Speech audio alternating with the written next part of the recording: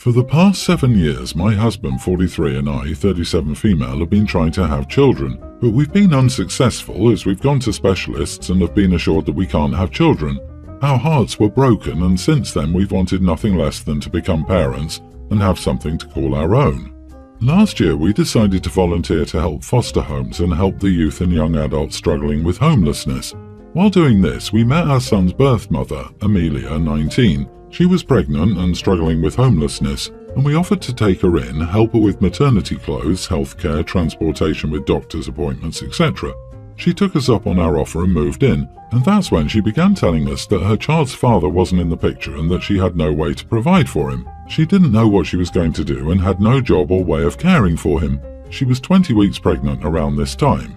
As our bond grew, we told her our struggles with having a child of our own and that it would mean the world to us to have a child as we're financially stable and have a loving family. We offered to adopt him and have her be a sister figure to him. We told her that this was completely her decision and that we would support whatever she wanted.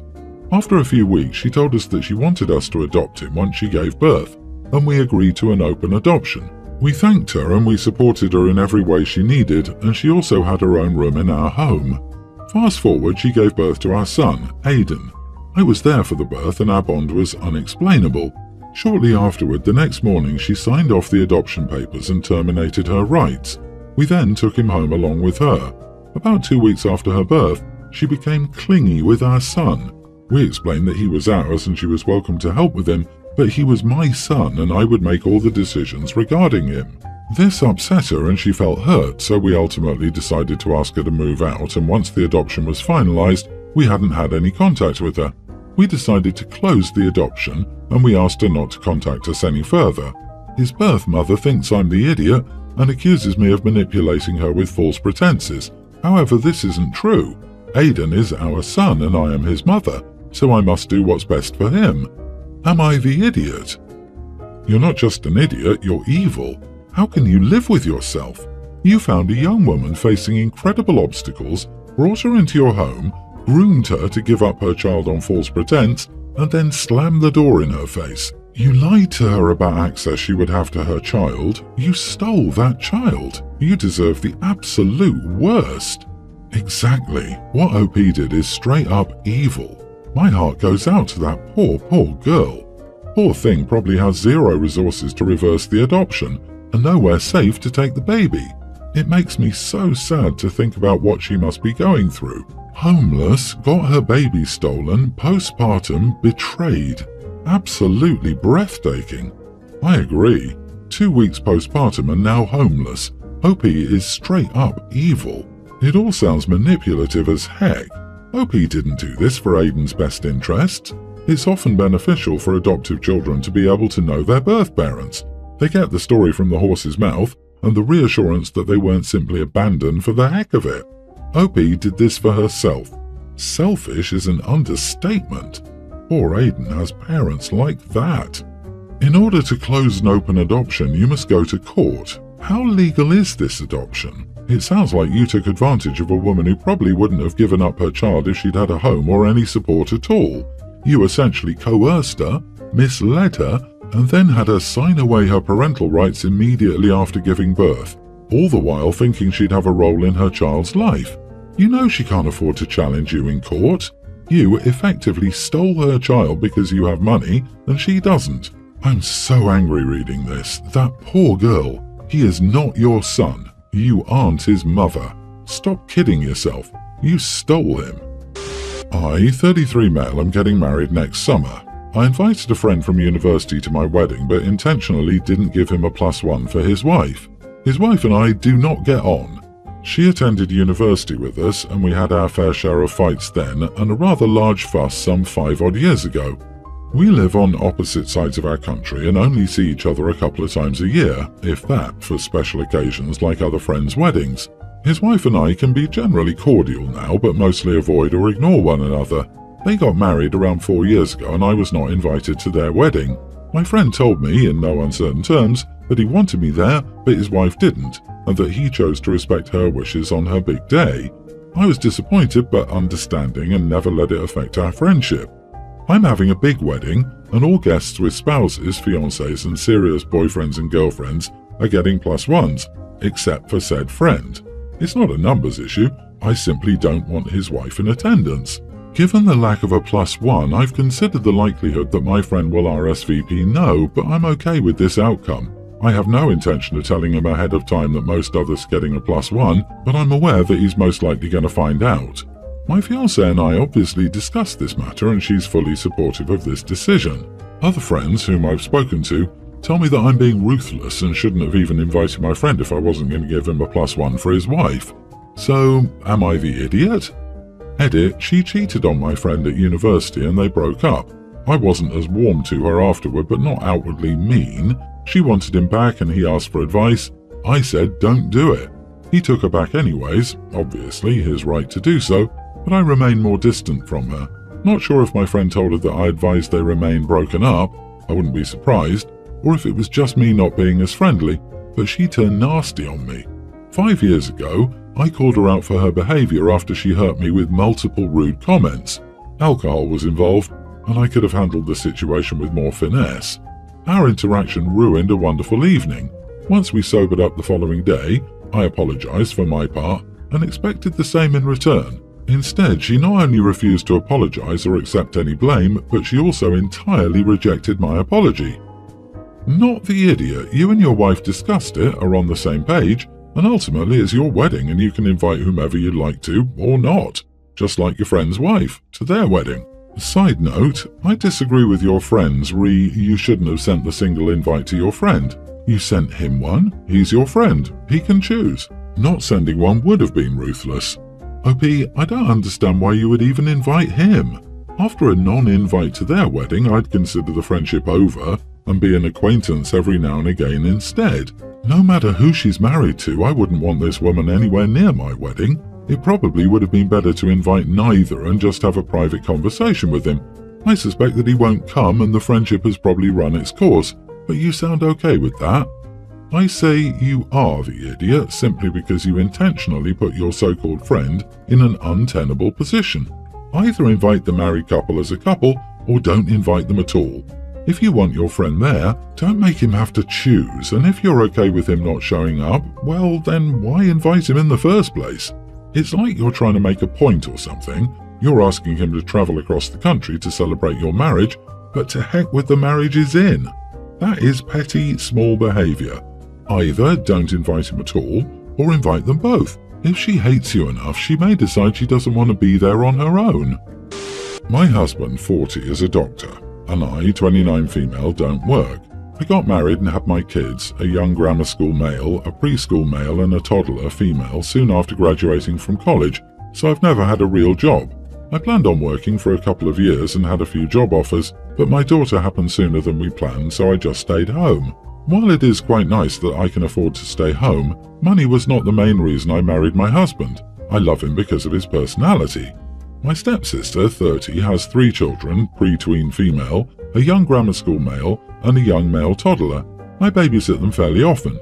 A few days ago, my parents had a barbecue at their house. My 5th anniversary was a few weeks ago, and my husband got me a diamond eternity band and a tennis bracelet. I showed those to my mom when my stepmother and stepsister walked over. My stepdad asked my stepsister when she was getting a ring. She gave me a dirty look and said, "Not everybody can afford to waste thousands of dollars on a shiny rock."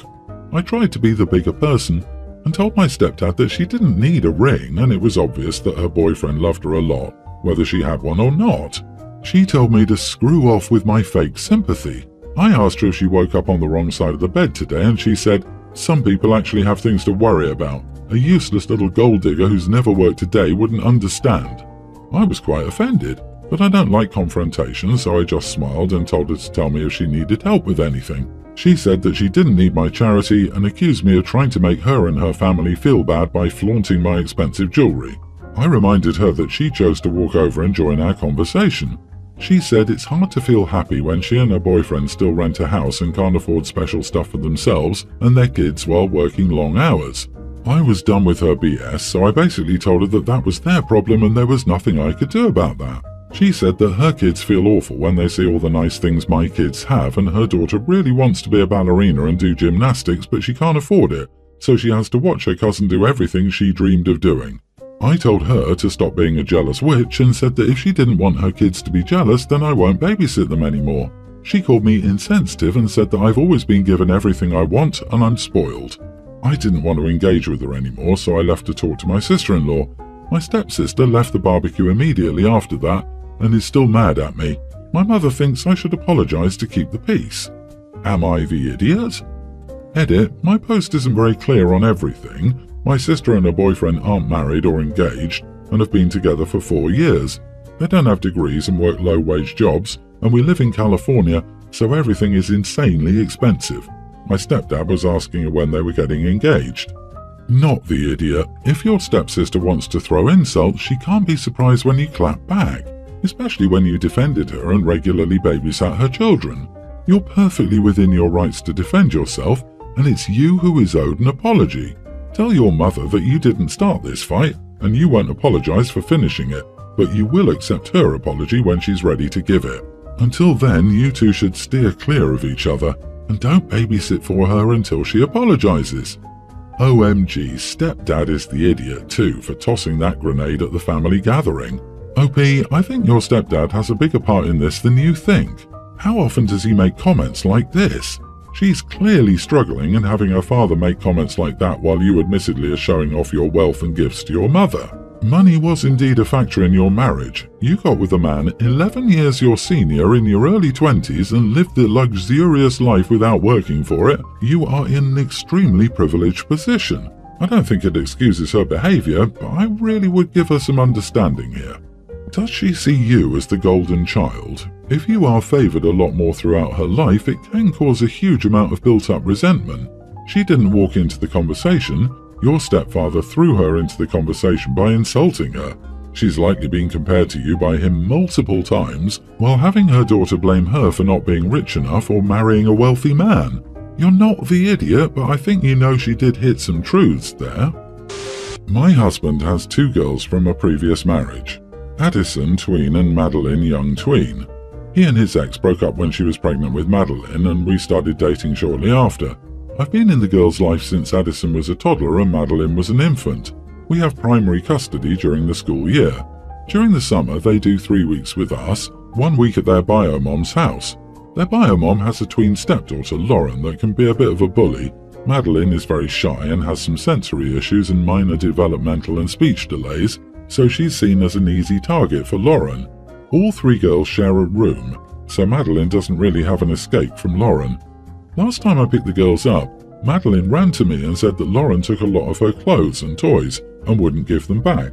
Their bio-mom said Madeline gave them to Lauren, but Addison confirmed that Lauren did take them from Madeline. I was able to get a couple of things back, like her favourite pajamas and stuffed animal, but Lauren and their bio-mom wouldn't give anything else back. Their bio's mom is very close to 2 very nice moles. It's also important to mention that my husband and I are much more well off than their bio-mom and her husband. When Lauren and the girls' bio-mom wouldn't give the rest of Maddie's stuff back, I promised the girls a shopping spree at the nearby malls. Lauren said she wanted to come, but I told her that she just got a lot of new clothes and toys, so she didn't need to go. She returned a lot more of Maddie's stuff and asked if I could take her now, but the answer was still no. Lauren threw a temper tantrum, and the girls' bio-mom decided I was no longer welcome at her house and would only release the girls to their dad, which is against the custody order. My husband is defending me to their bio-mom, but he says I was petty and shouldn't have done that. Excuse me? Your husband is saying you are petty for not taking his ex's stepdaughter to the mall after she stole her stuff? No. She stole clothes and refused to give them back. Then their actual mom stood up for the thief. Huge idiot.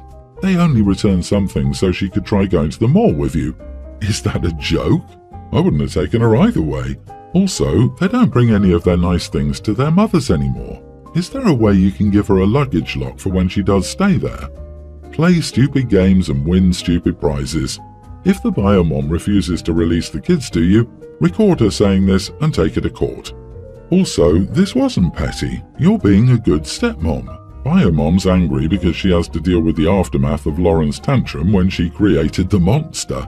It's not your responsibility to take them shopping or buy anything for them, especially when she's stealing from your girls. Recently, after saving up my money, I, 26 male, went out and bought myself a 2019 Ford Mustang GT. As part of the purchase, I traded in my Beta, a 2005 Subaru Outback wagon, so I could have its plate transferred. When I did all of this, I didn't tell my family as I wanted to surprise them with it. Sadly, this has led to my situation with my sister, Sarah, teen, and her friends. It started a few days ago when my parents asked me if I could drive them home from a gathering. When I showed up, instead of her being with her usual gang of friends, she was with two different girls. While Sarah and one of her other friends could easily and comfortably get in, the same couldn't be said for Amy. Due to her obesity, she could only sit in the front seat, which caused two issues. The first was her thigh pressing up against the gear shift, which is a huge no-no in a manual transmission car. The second was her inability to buckle herself in, as she had no extender or anything. Because of this, in the softest way possible, I had to explain to them that I couldn't drive them anywhere. I followed this up by saying they should call Amy's mom for a ride as she drove them in. They did just that and got a ride home. However, later in the day, I got angry calls from my mother and Sarah. They went on this whole spiel about how I ruined the gathering for Amy, who went home upset and crying. This was followed up by them saying I'm a huge idiot for not telling them about the car change. Looking back, I feel as if I'd done nothing wrong, as I believe the blame lies with Sarah and Amy. Am I the idiot? Not the idiot. If you're so large that you can't fit in a car, you need to make specific arrangements and not make assumptions.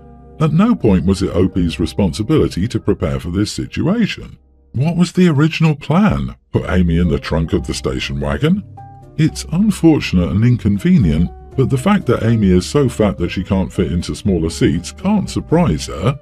The first time idiots enter the story is when your sister and mother start criticizing you for failing in some mythical obligation they think you have to inform them when you change your car. Yeah, she was probably embarrassed and mom and sister decided to take it out on OP. Sounds like OP should no longer be available for rides if this is how they treat him for doing them a favor.